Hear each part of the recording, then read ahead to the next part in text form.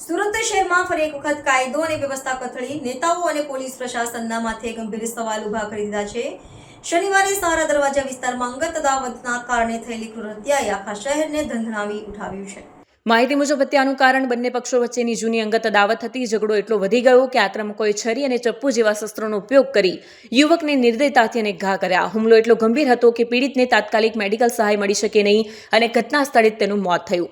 ઘટનાની ખબર મળતા જ પોલીસ કાફલો ઘટના સ્થળે પહોંચી ગયો। પોલીસે મૃતદેહને સ્મીમેર હોસ્પિટલમાં પોસ્ટમોર્ટમ માટે મોકલી આપ્યો છે।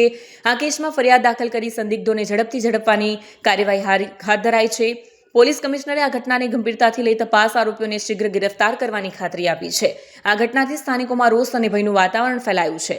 ગયા કેટલાક મહિનાઓથી સુરતમાં ગુનાઓની ઘટનાઓમાં વધારો થયો છે, જેના પર તાત્કાલિક અંકુશ મૂકવાની જરૂરિયાત છે। આશાબેન ચેતનભાઈ રાઠોડ એવી ઘટના થઈ છે કે મારા છોકરાને રાતના ચપ્પુ મારી દીધા છે। તો અમે ઘેરે સૂતેલા આવતા તો અમને બીજા વ્યક્તિનો ફોન આવ્યો છે કે તમારા છોકરાને વાગી ગયું છે, પણ અમે અહીંયા આવ્યા તો એને ઓફ બતાવ્યા। એ મેદરપુરા, કોણ મારવાવાળા કોણ? એનું નામ રાહુલ। કેટલા લોકો હતા મારવા? એ અમને તો એને ખાલી એક જ બતાવેલો છે। શું કહેવા માંગો છો પોલીસ પર? મને કંઈ નહીં જોઈએ, મને ખાલી ઇન્સાફ જોઈએ મારા છોકરાના બદલામાં। કેટલી ઉંમર હતી આટલી? મારા છોકરાની કેટલી ઉંમર? 18। શું નામ હતું છોકરાનું? રાજા। શું કહેવા માંગો કમિશનર સાહેબને? મને ખાલી એટલી જ રિક્વેસ્ટ છે કે મારા પોયરાને ઇન્સાફ આપો, બીજું કંઈ નહીં જોઈએ મને। મેં બહુ ગરીબ છું, મારા પોયરા છે, અમારો કંઈ સારો છે નથી। શું કામ કરતો હતો? એ હાથ મજૂરી કરતો હતો કઈ જગ્યાએ? સરદાર માર્કેટમાં। આજે રાતના ઘટના થયેલી હતી। રાતના 2:30 વાગે મને દોસ્તારનો ફોન આવ્યો। દોસ્તારે કીધું કે તારા ભાઈને કંઈ ચાકુ મારી દીધેલું છે। મેં મેડિકલ કોલેજમાં લાવેલા છે એને।